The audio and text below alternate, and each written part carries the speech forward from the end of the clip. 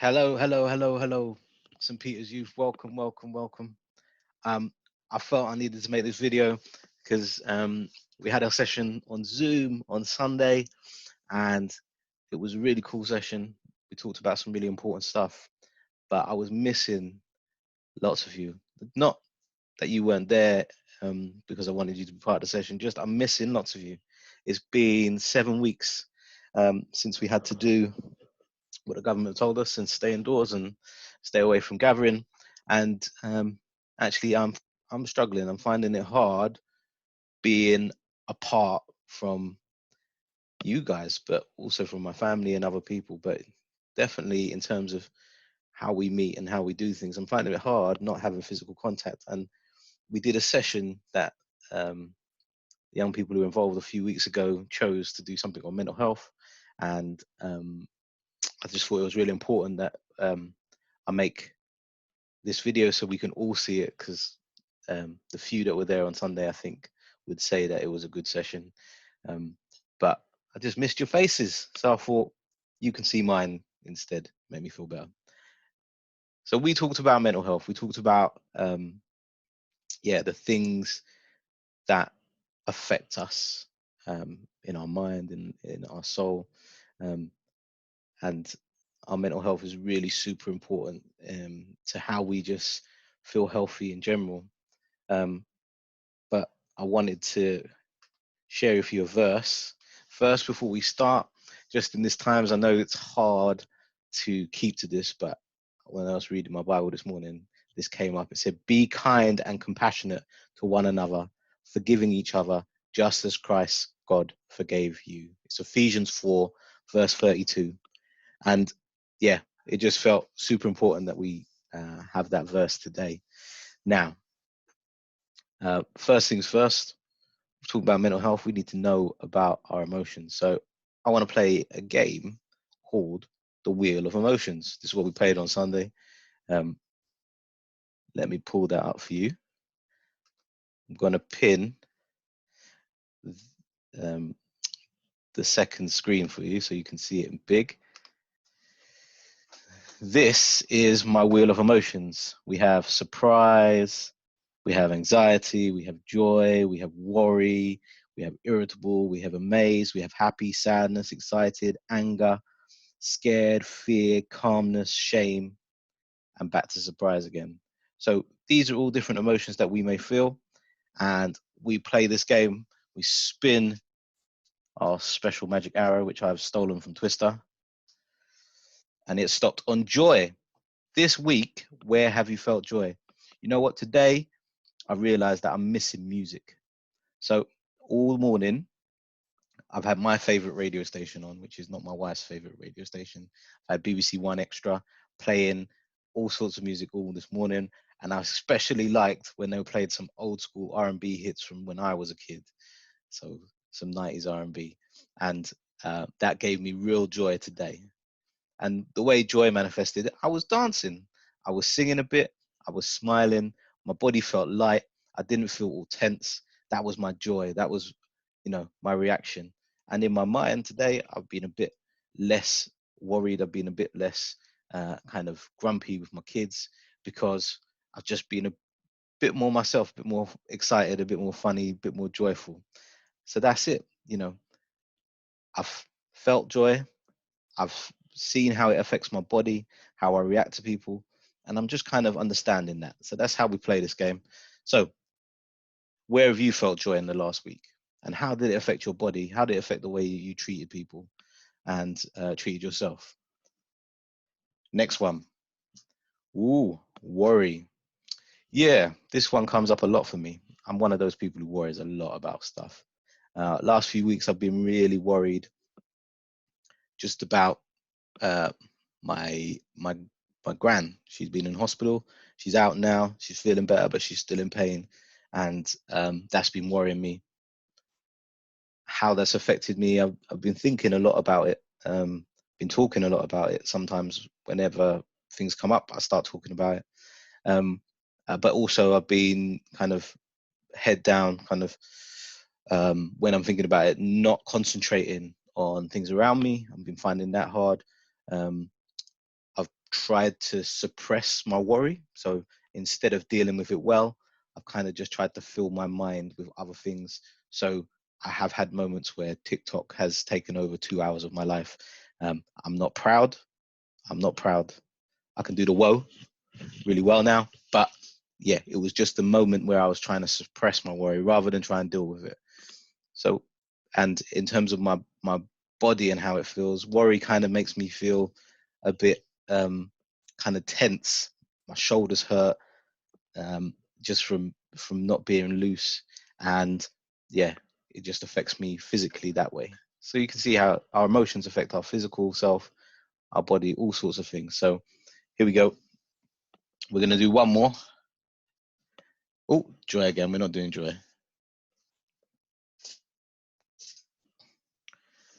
Here we go. Sadness. What has made me sad? Um, Lots of things have made me sad. Um, a few weeks ago, uh, I got a call to go and help a homeless guy, just give him some food and do some things, and it made me really sad because just his story and the things that have gone on. I felt compassion for him. I felt like this shouldn't have happened to him. He didn't deserve to be homeless. He didn't deserve to have all the stuff happen to him in his life, and it made me kind of really down for a while because I was like, it's not fair that people have to suffer. It's not fair that um, the world is unequal, and that some people just get a bad break, and it's nothing to do with them. It's just where they were born and the circumstances that their life unfolds, and um, that made me sad. It made me sad, and the way it affected me was I was kind of a bit just glum. I didn't get joy out of the stuff that I normally get joy out of. I didn't want to listen to music. I didn't want to talk to people. Um, I was a bit more contemplative, which means I was just like thinking a lot, but not thinking a lot in a good way. Kind of thinking about bad things too much, and I didn't do things to help me get out of that. And it wasn't until I spoke to a friend and she prayed for me that that kind of got better. The situation didn't change, but I started thinking about different things, different ways in which I could do things differently in terms of helping people, and just knowing that I did my best. I went and did something rather than nothing, and I shouldn't be worried that I couldn't do more, because that's all we can do at the end of the day. So you see how our emotions affect us, but they don't just affect us in a moment, they can affect us for a long time. What I want you guys to do is look at these emotions on here. Think about where they have been for you in the last few weeks. Have you felt any of these? Why did you feel it? What was going on? How did your body react? And you know, how how can you get help for that? And we'll talk a bit about that later on. But one of the ways I got help was by just talking it through with someone. And praying was one of the other ways that helped me. Okay, we are gonna come off the wheel of emotions. I think we've done enough of that for now. Back to my beautiful face. Now, when we're talking about our emotions and our mental health, um, we need to understand what it is we're feeling when, because sometimes we think we're feeling one thing. So say sadness, but there's lots of other things going on like anger, anxiety, fear, and we don't kind of know why we're feeling that way. So I'm going to share my screen and I'm going to pull up my something. So in here you can see we got 6 basic emotions: happiness, yay; sadness, ooh; fear, when we're scared of something. The other day I had a spider on my beard. That was pretty scary. I didn't scream though because I didn't want anyone to know that I was scared of spiders, but it's all right. You guys are not going to tell anyone. Disgust is like when you're kind of put off by something or yourself or someone. Anger, when you getting irritated, getting hot under the collar, you're feeling a bit like you want to shout and scream, and physically you're more tense and your body wants to punch things or shout at things. That's anger. And surprise, when something catches you off guard, you may turn a corner and someone's standing there and you're like, oh, cool. Or it might be a good surprise, you get a present in the post. That's always cool. But these are our base emotions. So understanding what they are, when we felt them, how we feel them is important. But each emotion is like an iceberg. So happiness, let's go good. Happiness, people see you smiling, see you're happy, but underneath there are all sorts of other emotions and things that have happened to either get you to that happiness. You might feel happy in that moment, or you might have conflicting emotions at the same time. You may look happy, you may actually feel happy in that moment. Maybe you're eating some cake. Cake always makes people feel happy, but when you finished eating the cake, there's some emotions underneath that are still there under the bottom of the iceberg. So, for example, I'm happy. I'm happy because, like yesterday, maybe the weather was nice, um, and that the sunshine gave you a bit of happiness. Vitamin D is really important. Get out in the sun when you can.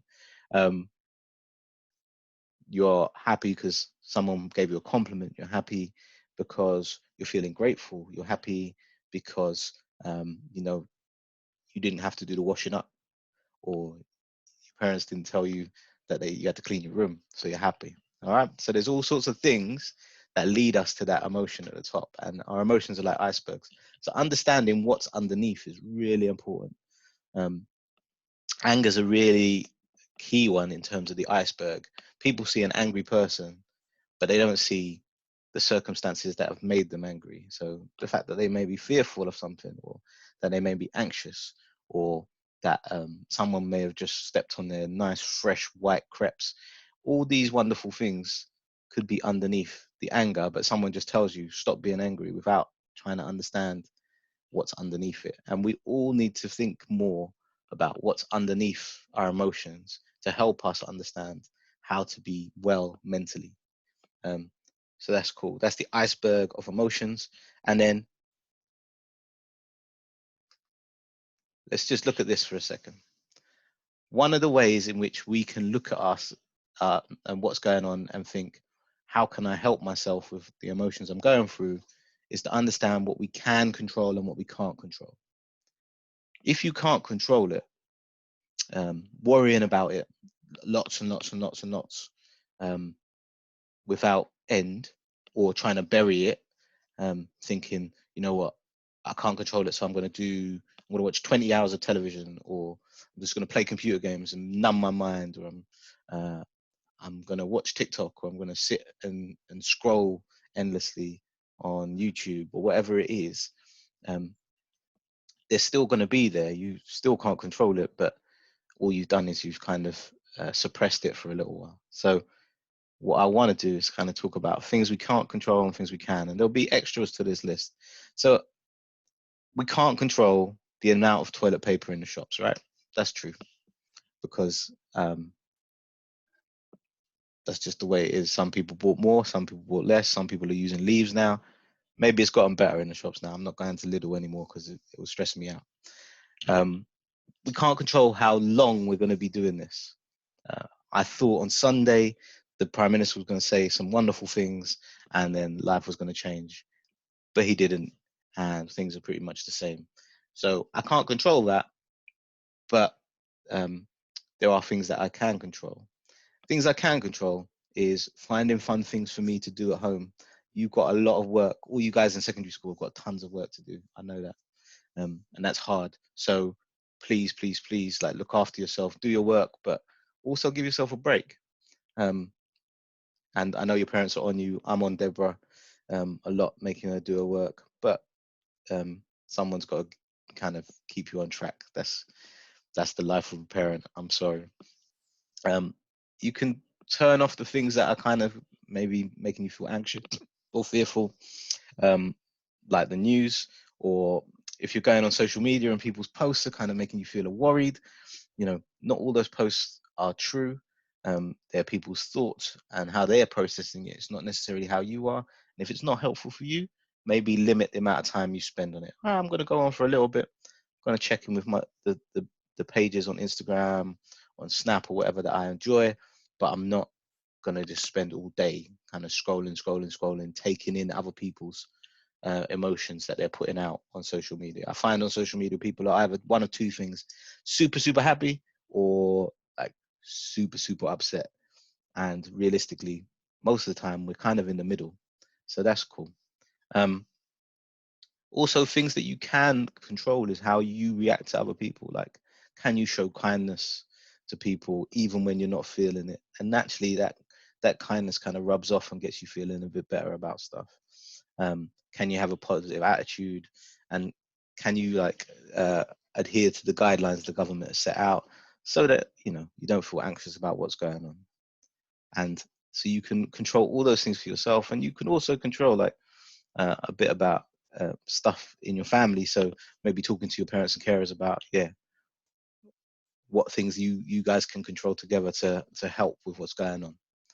But things you can't control is the actions of others. If people, when you go for your walk or whatever, or your exercise, are being silly, or you see people having um, barbecues and inviting people around and whatever, and that's making you feel anxious and worried, like you can't control that, but what you can do is not go there yourself. So that's one of the things. But yeah, think about the things you can control and the things you can't control. The things you can control, do something about and have some impact on. The things you can't control, try and let go of them. Give those things to another person by talking to them, like a parent. We can shoulder a lot, um, or give it to God. One of the things we can do is we can pray as Christians. We have been given a tool, which is prayer. And God is like a person. We just got to talk to him.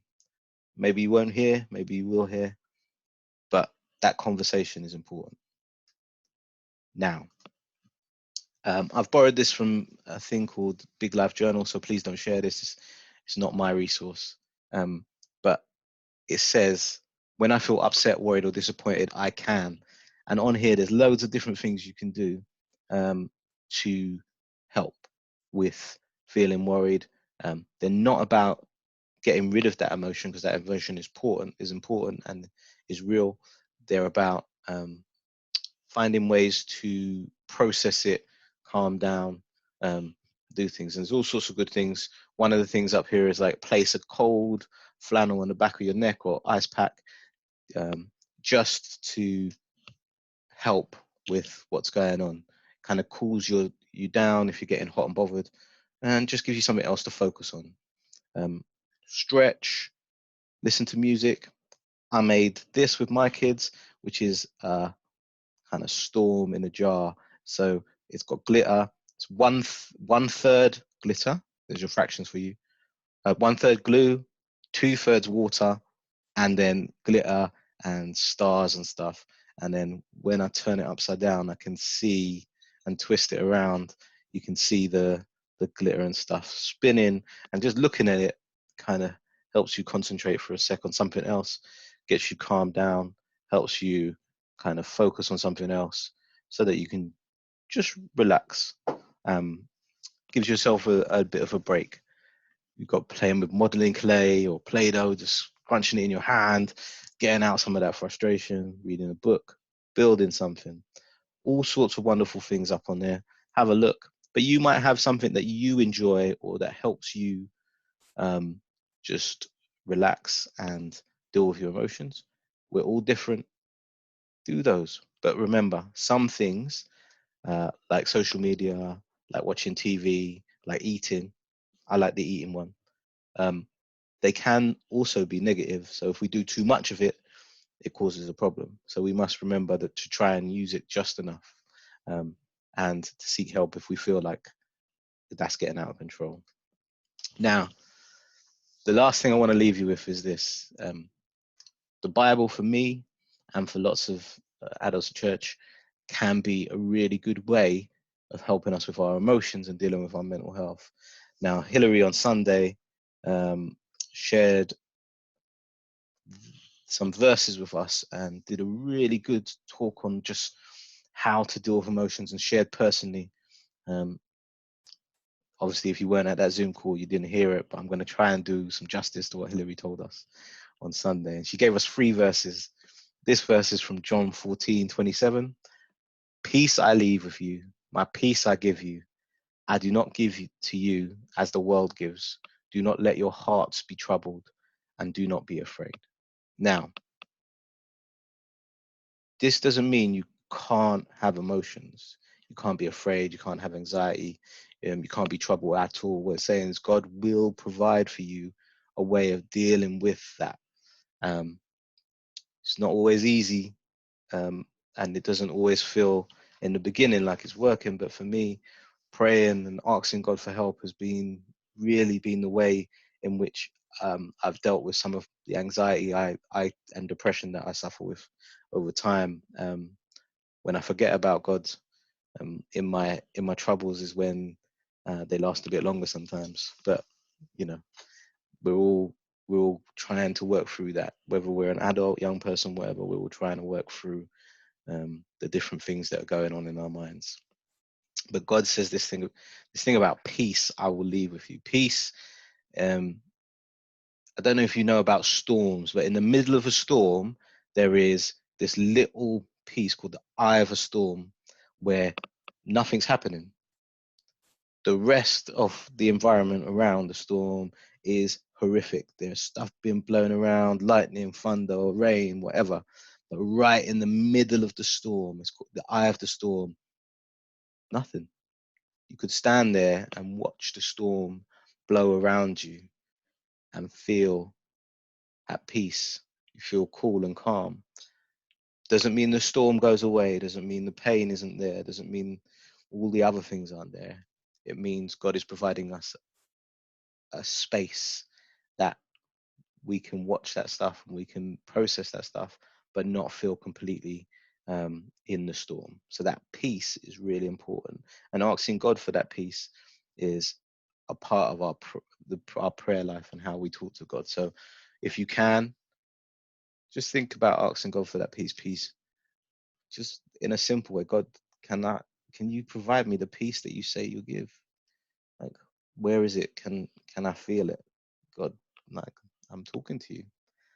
Those are honest prayers. There's no magic special prayers with lots of special words. It's just talking normally as you talk, but opening that up to the God who's all around us. The second verse that was picked was this in Philippians 4, verse 6 to 7. Do not be anxious about anything, but in every situation, by prayer and petition, with thanksgiving, present your requests to God. And the peace of God, which transcends all understanding, will guard your hearts and your minds in Christ Jesus. Again, it says do not be anxious, but God knows that we are anxious. This is in trying to work with us, talk to us.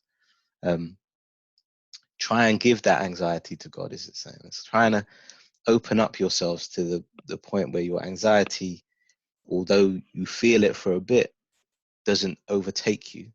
And by prayer and petition just means asking for help. Like, please, please. It's often one of my prayers. By doing that, God can give us this peace that we talked about in the first verse. Again, God's saying, I will give you peace. It's not saying I'll take away your anxiety.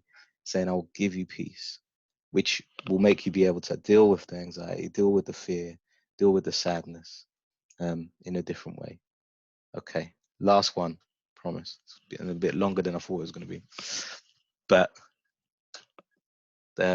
having the Holy Spirit in our lives is really important. And the Holy Spirit is God's presence with us. And I said in this verse, Galatians 5:22 to 23, says, but the fruit of the Spirit is love, joy, peace, forbearance, which is patience, self-control, kindness, goodness, faithfulness, gentleness, and self-control.